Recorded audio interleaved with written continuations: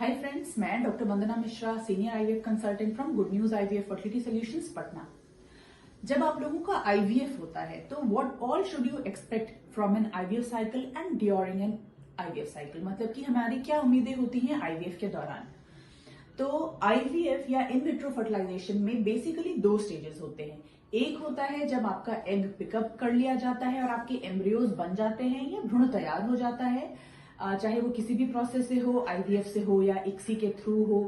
और दूसरा स्टेज होता है जब हम आपके एम्ब्रियोज को इम्प्लांट कर देते हैं या एम्ब्रियो ट्रांसफर कर दिया जाता है आपके यूट्रस के अंदर। और एक आईवीएफ साइकिल तब कंप्लीट बोला जाता है जब आपके एग रिट्रीवल से लेकर एम्ब्रियो ट्रांसफर तक का प्रोसेस हो जाता है।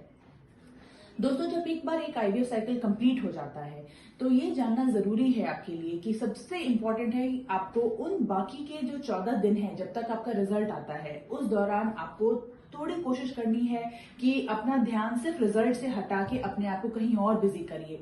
आप सिर्फ आईवीएफ साइकिल और उसके रिजल्ट्स के ऊपर बहुत ज्यादा चिंता मत करिए और ऐसा कुछ भी मत करिए कि आपकी नींद डिस्टर्ब हो जाए, आप बहुत ज्यादा परेशान रहें या आपका ब्लड प्रेशर फ्लक्चुएट करे। कोशिश करिए कि आप अपने डाइट को अच्छा रखें, दवाइयों को नियमित रूप से लें, समय पर लें। उस दौरान बुखार, सर्दी, खांसी, दस्त या डायरिया, डिसेंट्री, इन सब चीजों से बिल्कुल बच के रहना चाहिए। और ये जानना बहुत जरूरी है कि आईवीएफ जो होता है वो कोई जादू नहीं है फ्रेंड्स, कोई जादू की छड़ी नहीं होती है। इसका सक्सेस रेट ज्यादा से ज्यादा 55 to 65% होता है और ये वर्ल्ड ओवर है, विश्व भर में आईवीएफ का सक्सेस रेट 55 to 65% ही होता है। तो आपको अपने सक्सेस रेट्स को लेकर बहुत ज्यादा ना ही तो बहुत ज्यादा उम्मीद करना चाहिए, ना ही बहुत ज्यादा उसको लेकर आपको डिसअपॉइंटेड होना चाहिए, ठीक है। और अपने डॉक्टर से आप पूछे कि आपके कितने एम्ब्रियोज बने हैं, कौन से स्टेज का एम्ब्रियो था, वो डे कौन से डे का एम्ब्रियो है, डे 3 है, डे 4, डे 5 ब्लास्टोसिस्ट है, कौन से ग्रेड के एम्ब्रियोज ट्रांसफर किए गए हैं और क्या आपके एम्ब्रियोज बचे हैं, फ्रोजन हैं कि नहीं है।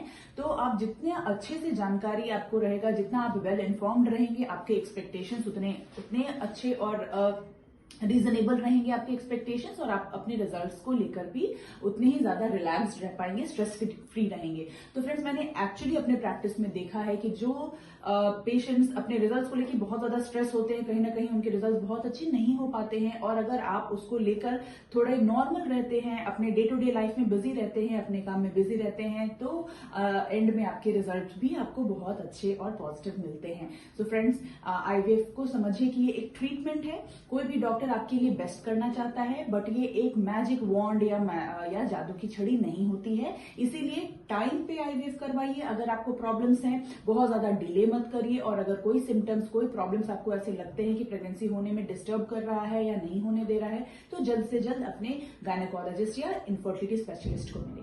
Thank you.